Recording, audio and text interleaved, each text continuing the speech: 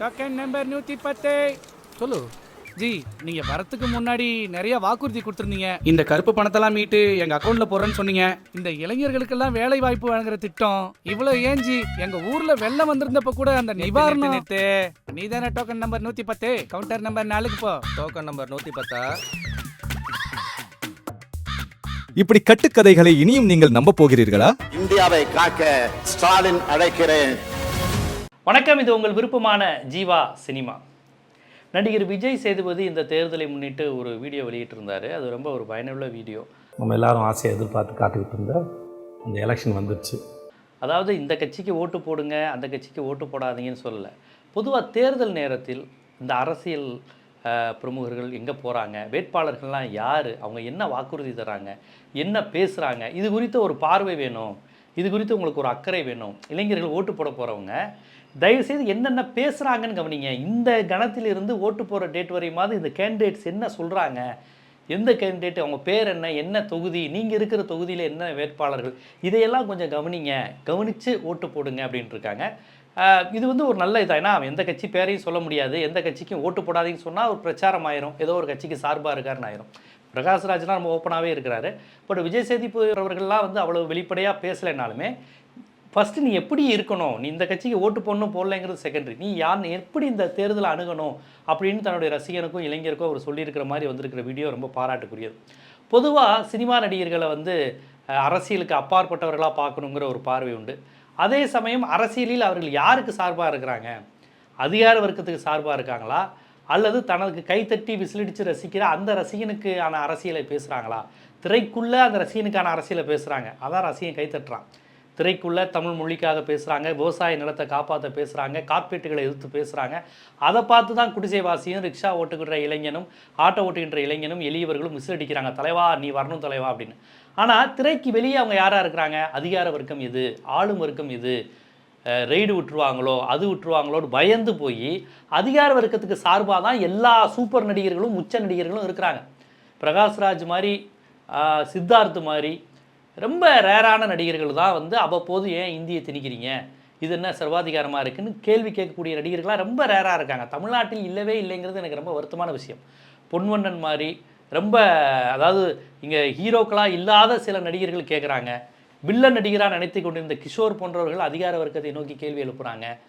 அதே போல் காலா படத்தினுடைய வில்லன் வந்து தொடர்ச்சியாக அதிகார வர்க்கத்தை நோக்கி கேள்வி கேட்குறாரு. அவர் படத்தில் கொடூர வில்லனாக இருக்கிறாரு, ஆனால் நிஜத்தில் உண்மையிலேயே மக்களுக்கான அரசியலை பேசுகிறார்.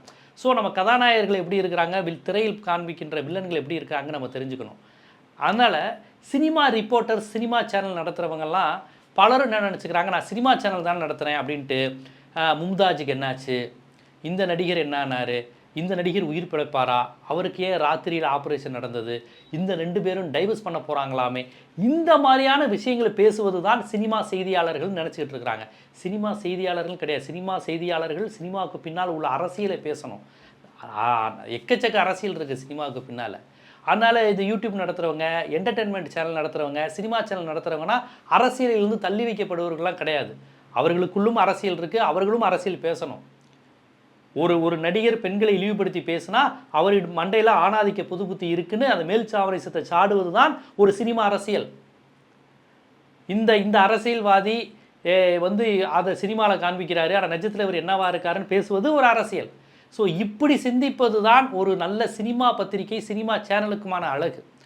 இவ்வளவு ஏங்க, நான் உதாரணத்துக்கு சொல்கிறேங்க, பரிதாபங்கள்னு சேனல் உங்களுக்கு தெரியாமல் இருக்காது. கோபி சுதாகர் அன்றாட நம்ம சந்திக்கின்ற பிரச்சனைகள், நம்ம தூங்கி எந்திரிச்சிலேருந்து ஆஃபீஸ் போகிற வரையும், ஸ்கூல் படிக்கிறதுலேருந்து எக்ஸாம் எழுதுகிற வரைக்கும் நமக்கு வரக்கூடிய விஷயங்கள்லாம் நல்லா ஃபன்னாக ஜாலியாக என்டர்டெயின்மெண்ட்டாக, ஒரு பேங்க்கில் போய் நம்ம கையெழுத்து போட தெரியாத வரையும், ஃபில்லப் பண்ணி தாங்கன்னு கேட்குற வரையும், பேனா மறந்துட்டு போகிற வரையும் சின்ன சின்ன விஷயங்களை அழகாக காட்சிப்படுத்தி நம்மளுடைய பலகீனங்களை, பலத்தை, அல்ல அடுத்தவங்க செய்கிற டார்ச்சரை, அல்ல அடுத்தவங்களுக்கு நாம் செய்கிற டார்ச்சரை ரொம்ப அழகாக காமெடியாக பண்ணக்கூடியவங்க தான் பரிதாபங்கள் கோபி சுதாகர். அவங்க சில ஆண்டுகளுக்கு முன்பு ரொம்ப வெளிப்படையாக ஆளும் வர்க்கத்தை பார்த்து ஐடி இந்த மாதிரியான விஷயங்களை அனுப்பி, ரெய்டு அனுப்பி எதிர்கட்சிகளை தன் பக்கம் மிரட்டுறாங்க, தன் பக்கம் இழுக்கிறாங்கங்கிறத அவ்வளோ அழகாக சொல்லியிருப்பாங்க. உங்களுக்கு ஒரு 2-3 வருடங்களுக்கு முன்னாடி இந்த ஒரு பாட்டு ஒன்று ஃபேமஸ் ஆச்சு, கிருப கிருப கிருப கிருப. அதாவது எந்த டேலண்ட்டும் என்கிட்ட கிடையாது, எல்லாமே கர்த்தரோட மகிமை தான், அவர் தான் எனக்கு தராரு, எல்லாம் கர்த்தர் ப்ரோ எனக்கு டேலண்ட் இல்லை ப்ரோ அப்படின்னு அவர் சொல்லிட்டு ஒரு டான்ஸ் ஆடுவார். அந்த டான்ஸும் அந்த பாட்டும் மதம் கடந்து எல்லாரும் ரசித்தாங்க. அது ஒன்றும் கிறிஸ்துவ பாட்டாக இருந்தாலும் எல்லா இளைஞர்கள் மத்தியிலும் அது ஒரு ஜாலியாக கொண்டாடப்பட்டது. அதே மாதிரி டோனில் அந்த டோனை எடுத்துக்கிட்டு இவங்க வந்து பிரதமர்கிட்ட போய் எப்படி ஜி எந்த பலனும் இல்லை இது இல்லை பட்டையை கிளம்புறீங்களே அப்படிங்கிற மாதிரி கேட்குற மாதிரியான ஒரு லைனு. அதை வந்து அழகாக வந்து எதுவும் இல்லை எனக்கு எந்த டேலண்ட்டு அப்படிலாம் நீங்கள் சொல்லாதீங்க, ரைடு ரைடு ரைடு ரைடுன்னு அதை சொல்கிற விதம் வந்து மக்கள்கிட்ட நல்லா ரீச் ஆகுது. இதை நான் ஏன் சொல்கிறேன்னா, பரிதாபங்கள் கோபி சுதாகர் மாதிரி என்டர்டெயின்மெண்ட்டாக எந்த கட்சி அடையாளமும் எந்த ஒரு என்ன சொல்கிறது இவங்க ஆளுங்க இந்த கட்சிக்கு சார்பாக இருப்பாங்களா இல்லை, எல்லா கட்சியும் அவங்க கலாச்சிக்கிட்டு தான் இருக்கிறாங்க.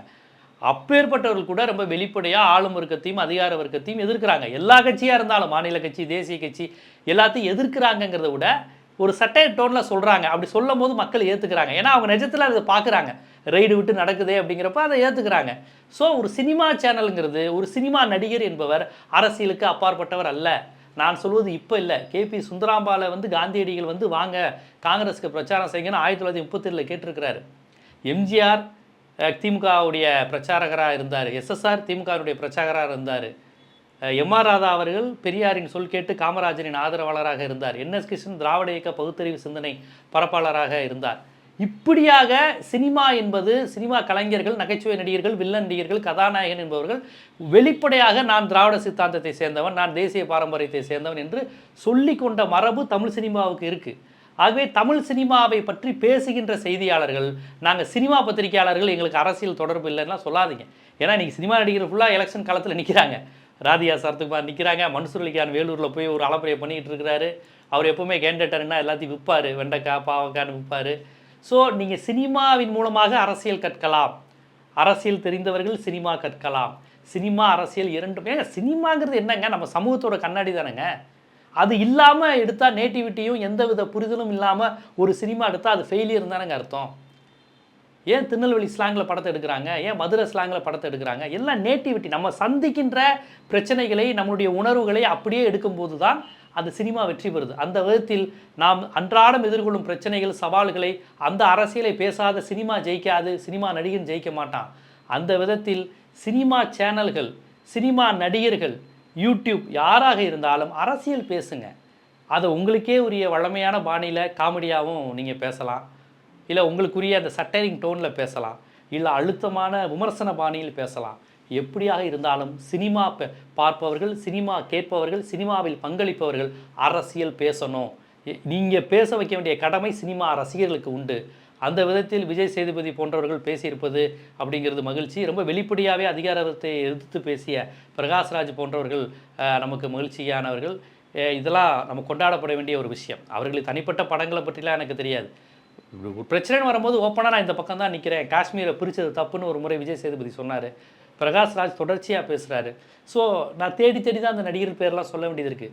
நம்மளுடைய பெரிய சூப்பர் ஸ்டார்கள், பெரிய இளைய தளபதிகள், அல்டிமேட் ஸ்டார்னு சொல்கிறவங்களாம் வீட்டில் படுத்து தூங்குறாங்க. மக்கள் பிரச்சனை வரும்போது எதுவுமே பேசுகிறதில்ல. மற்ற நேரம் வாங்கண்ணா வணக்கங்கண்ணா இந்த மாதிரிலாம் பேசுகிறவங்க மக்கள் பிரச்சனைன்னு இறங்குவது கிடையாது.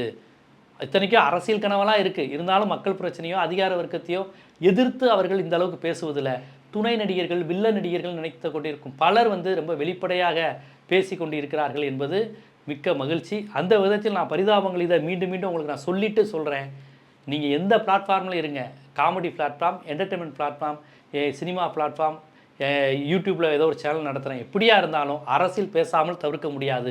அரசியல் பேசுங்கள். நகைச்சுவையாகவோ, வீரியமாகவோ, ஆவேசமாகவோ, கிண்டலாகவோ எப்படியாவது அரசியல் பேசுங்கள். அதுதான் வெற்றி பெறும், அதுதான் வெற்றி பெறவும் வேண்டும். இதன் மூலமாக மற்ற ஊடகங்களுக்கும் இந்த செய்தியை நான் அழுத்தமாக பதிவு செய்கிறேன்.